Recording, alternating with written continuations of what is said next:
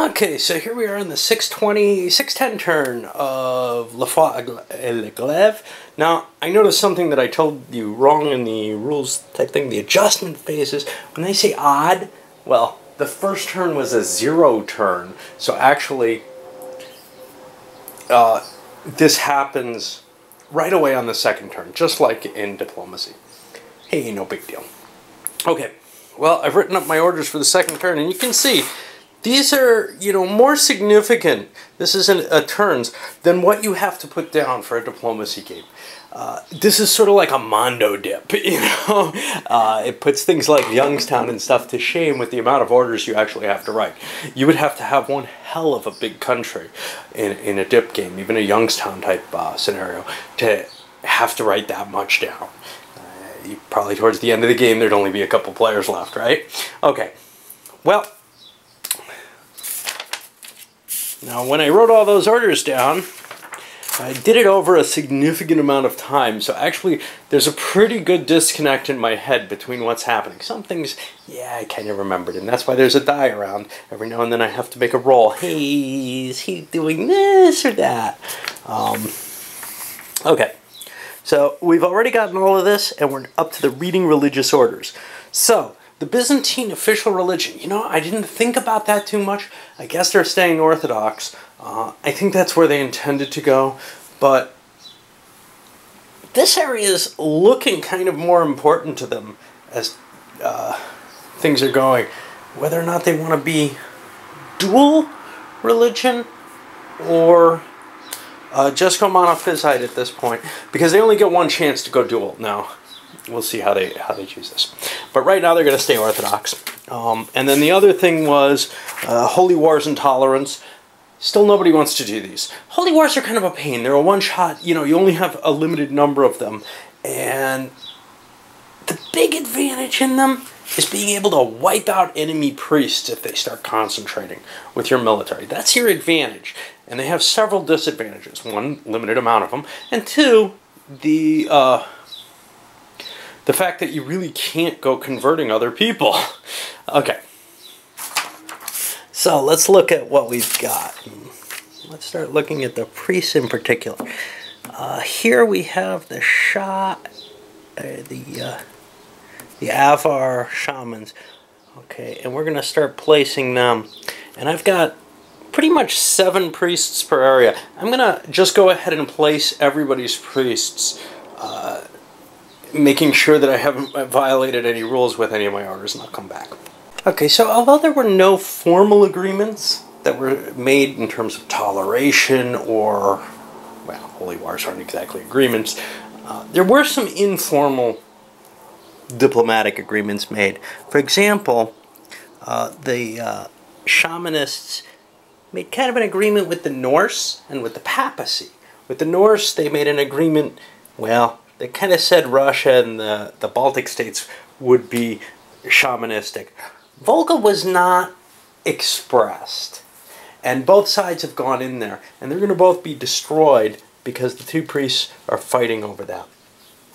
This is, both sides are kind of like, oh, well, you should have said something.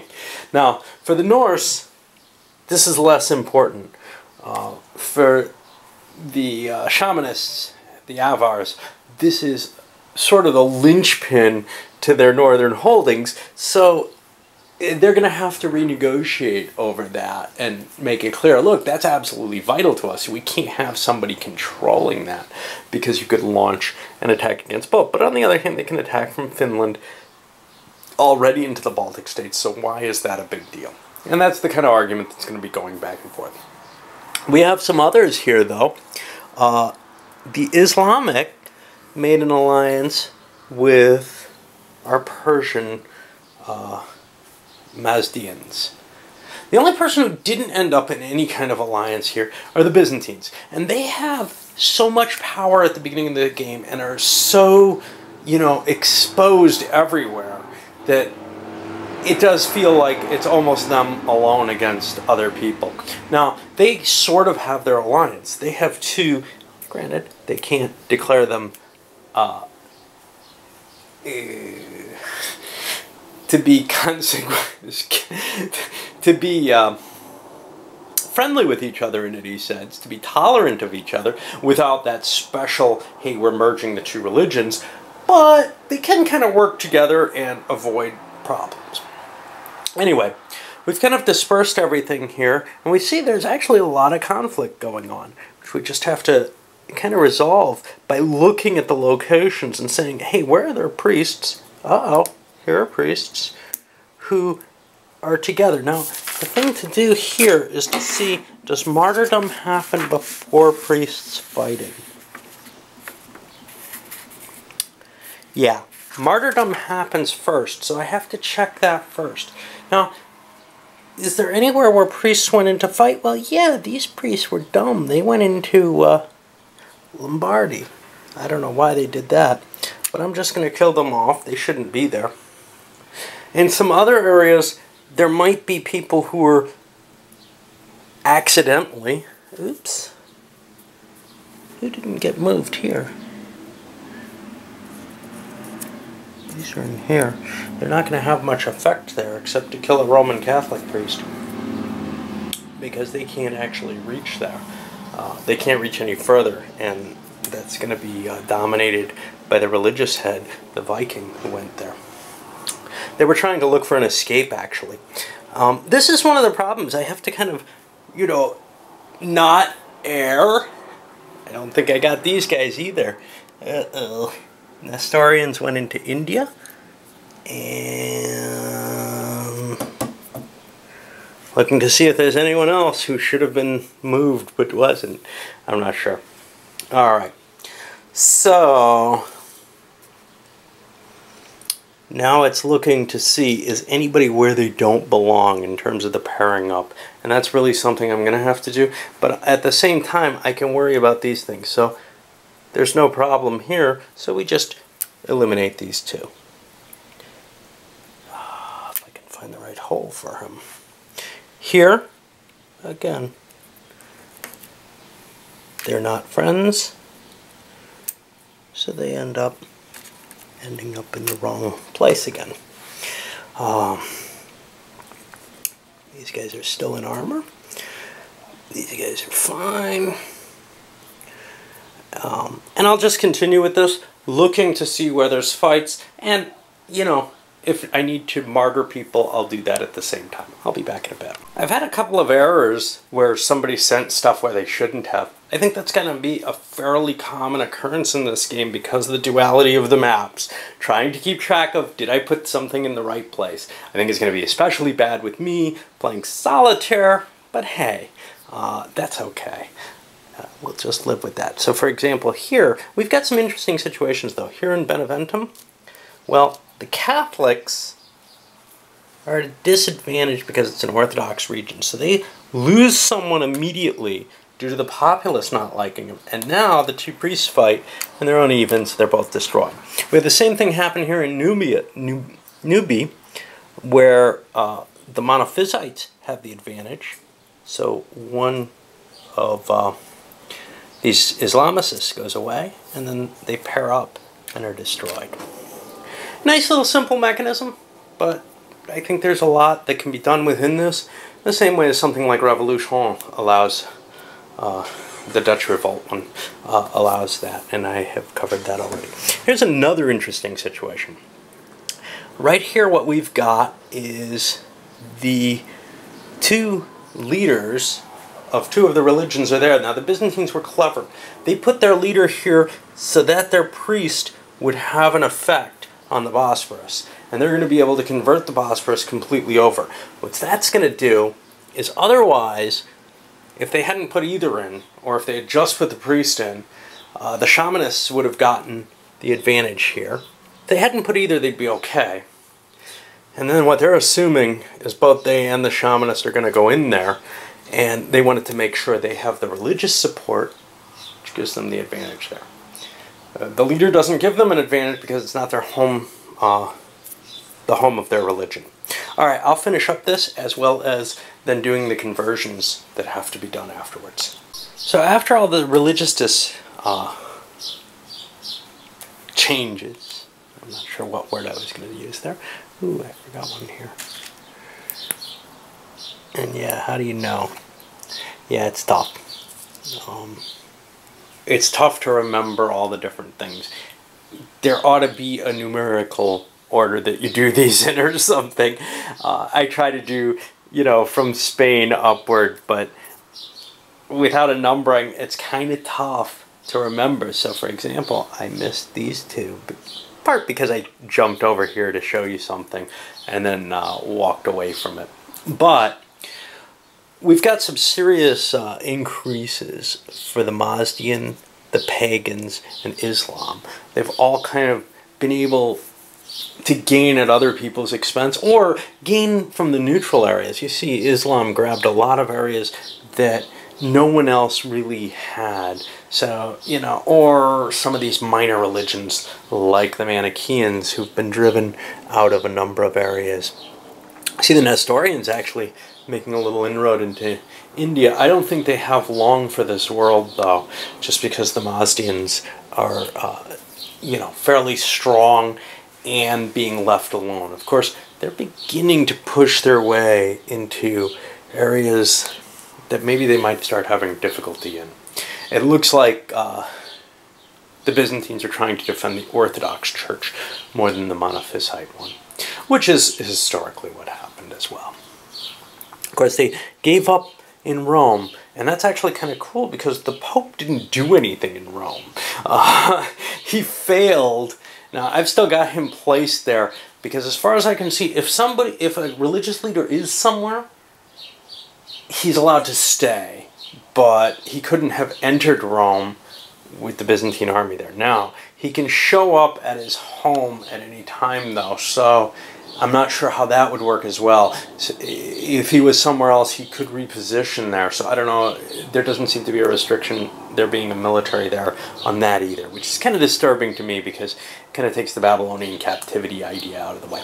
Anyway, the Pelagians have been almost completely knocked out of Europe, really. They're down to just their one area, Fries, and that's fairly vulnerable. Once some of these miners start getting wiped out, they're just gone. They have to wait until there's another, they have to wait until there's a heresy situation. Now, we actually had a prediction. The shamans predicted that there would be a heretical Orthodox faction in Benevent and Afrique. It hasn't happened. I'm not sure what they were counting on with this. I think they thought that somehow Greece was going to fall, but they didn't move into Greece, or if they did, they got defeated there. But I think they didn't even bother moving in. And I don't see how they expect that to happen. So there's going to be a connection there. I think they thought they were going to move an army in, and they're going to, into Greece to take it. But that I don't think will prevent the religious connection of those priests. So that's going to be kind of, it's just not going to happen as far as I understand the rules. I may relook at it and see, did they understand something better than I understand it? Sometimes my players do that. All right, I think we're moving on now to... we did the conversion of populations. We're moving on to where the actual military units operate. In a lot of cases, the religious stuff just didn't happen, you know, because priests ended up, we see all of this North Africa stuff, most of it's just been wiped out because the priests were fighting each other too much. So, not a lot changed there, but we do see Islam making inroads into the Monophysite center, really. I don't know, I think that religion can be wiped out if they're sufficiently destroyed, in which case the Byzantines no longer will have that dual religious advantage or disadvantage. It's hard to tell. Alright, onward. Okay, so the military moves are far and away the easier side of this game. It is pure dip, and I can kind of indicate where they are in the orders and then handle them all at once, just like you would in a dip game. I'm going to take care of that. I don't know how much combat we're actually going to see, but let's see what comes up. Okay, well, we do have some orders that are going to conflict here. First of all, let's get the Avar into the Pays Baltic, where they went. Here we see the Vikings transported their unit from Sweden into Pomerania, and just to be sure, they threw support in from here from Saxe. Nobody opposed them, so they're in there for free, no problems. The Franks marched into Latium. Now this is important because they're going to get control of this from the Byzantines. They've just gained that city. What have they lost? Well, they didn't gain Milan. They didn't set up. They could have moved an army into here, but they stayed here defending. That's their error and their problem. Otherwise, they could have had control of Lombardy as well. Instead, they're just going to have 3 cities. These come down here.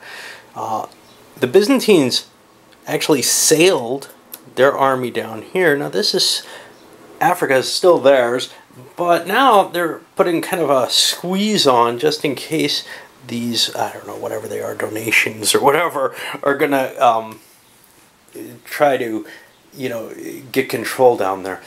The Byzantine holdings over here are quite powerful. All right, let's see what else we have.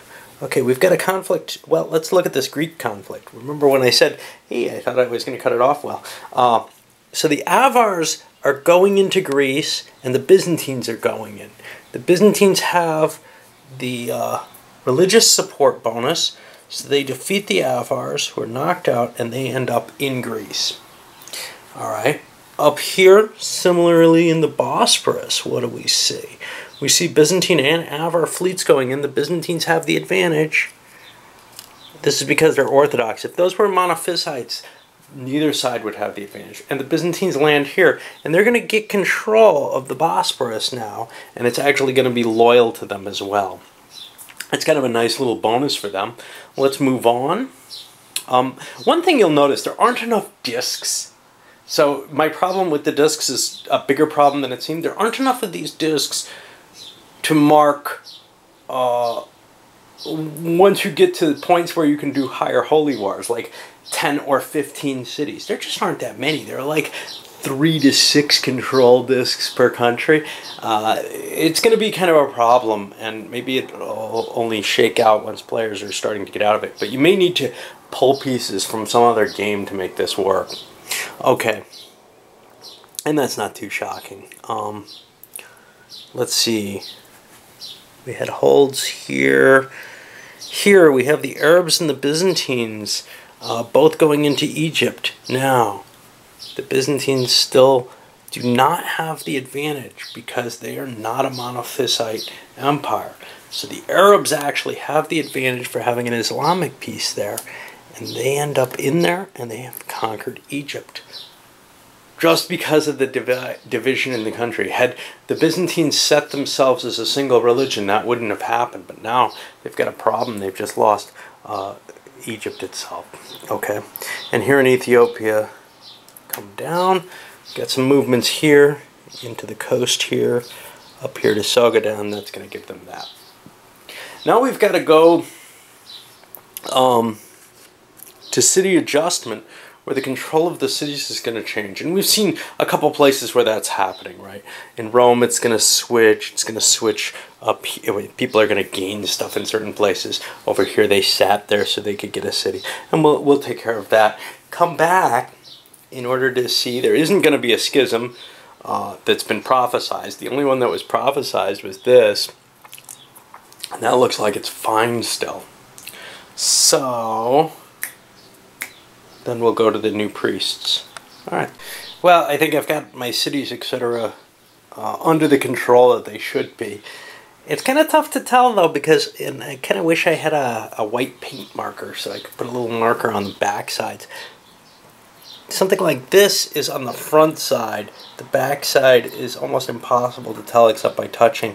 And I'm using the front side to indicate this is a faithful city. Pays Balts has just been added and it's faithful. As opposed to some people have gained not so faithful cities, like the Catholics have gained Rome, which still has an Arian contingent in it. So they can't build armies there until they convert another population level there. And that's kind of an important distinction to the whole thing. Now let's take a look at some of these. Well, let's take a look at the Norse, for example. Now they've got 4 cities, which means they can hold 4 armies. Right now they have only 3 armies, so they can build a new unit. What do they want to build?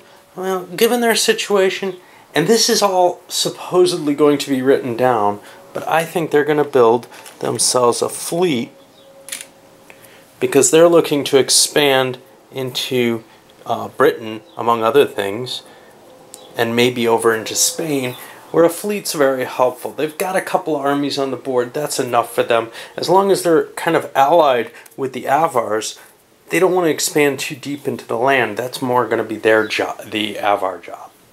Now, on the other hand, the Avars are allied with the Pope, so that kind of might not be as wise as it seems. Anyway, this would have been plotted and placed in simultaneously with everyone else's, but I'm going to do these kind of sequentially, trying to put them out of my mind so that I don't have to do more plotting than I like to.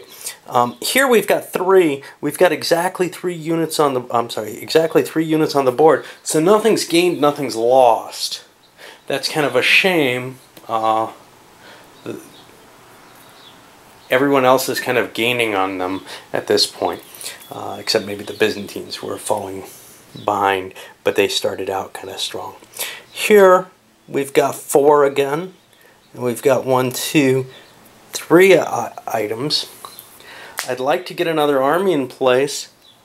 Dacia is loyal, I can tell by my positioning, so I'm going to build an Avar army there because I believe it gives me the best sort of choice between where I'm going to place things.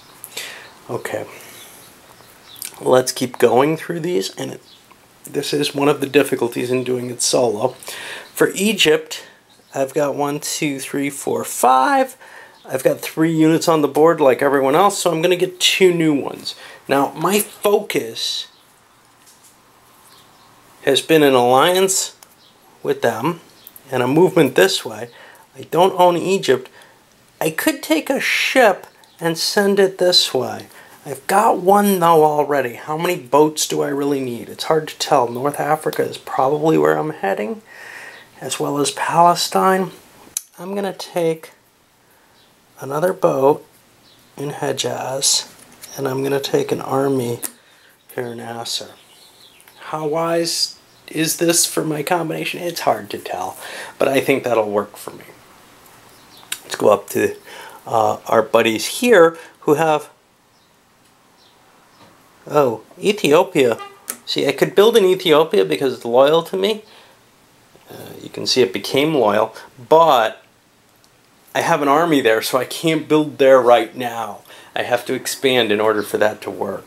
Now, let's look at my Mazdians. Again, they have 3 armies. They have 1, 2, 3, 4, 5 areas. Is that right? 2, 3, 4, 5. Wow. Big growth, like with the Islamics. So I get to get 2 things. Well, I'm going to build an army in Mesopotamia. And here it's kind of tough. What else do I want? I could build a fleet here and maybe get some advantages in movement by going from here up to the Urals or whatever. Or I think I'm just going to build more armies. I feel like an armies kind of guy with them. Alright, so now we saved the best and the most powerful for last, right? We saved it for the Byzantines. That's because they're going to be kind of a pain in the butt to calculate. But let's see, we have 1, 2, 3, 4, 5 5 supportable, and 1, 2, 3, 4, 5, 6 armies. Uh-oh, let's count that again. 1, 2, 3, 4, 5. Yeah, I'm in trouble. I've got to disband an army. So at the same time everybody else is writing down what they're building, I have to write down what I'm getting rid of. Well, what do I want to get rid of? This is really a pain, right? I mean, I'm going to pop this one, but it really means I've given things up to the Islamics here. The Arabs have moved in and have won in Egypt. It's just a matter of time before my Monophysites are wiped out because of this. But what else can I do? I don't have a lot of choices with the Byzantines. I've got this African fort. Oh, yes I do. I've got these guys. I'll leave these here, and I'll just pull out of Italy instead. I think that's an easier and less expensive effect than losing Africa, because Italy is not gaining anything for me. Alright, so that's that. I gotta load this up, but I gotta come back so that I can do the priests. Okay, so we've placed the... first of all, I recounted everything, and I was off by 1 or 2 somewhere here and there, and that's fine. That's why you recount at the end of a turn, basically. You can try to keep count, but I know I'm going to make mistakes when I'm trying to cover so many things at once that it's fairly easy to count what's on the board here, unlike the cities, which is really an issue with this game, and I have to think I may you know, use little wooden discs or something to handle really situations like that, because I don't know how I'm going to cover it. Okay, so we see that some of these are getting quite a few. You know, these guys are getting 5 priests each, which gives them a nice little powerful you know, presence that they're going to be able to expand and take advantage of greater growth opportunities. Basically, it's a snowballing effect. If you're starting to get good up here, well, the people who aren't are falling behind, and they're falling behind fast. So we may start seeing, say, the Romans looking to get help maybe with the Byzantines and cut a deal with them. Yeah, the Byzantines are powerful, presumably, but they're actually falling behind. You can see orthodoxies at 23, monophysicists are at 18.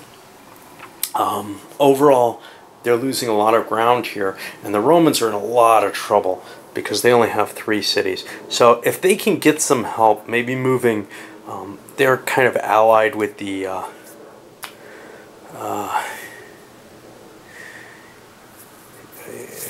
shamanists, but if they can get some help to move against the Vikings especially, they'll be much happier with that. Now what we do see though is some, like, let's see, we've got the donations, they're the shamanists, they're working their way towards towards the papacy, and to kind of set themselves as a threat against either the Romans, or the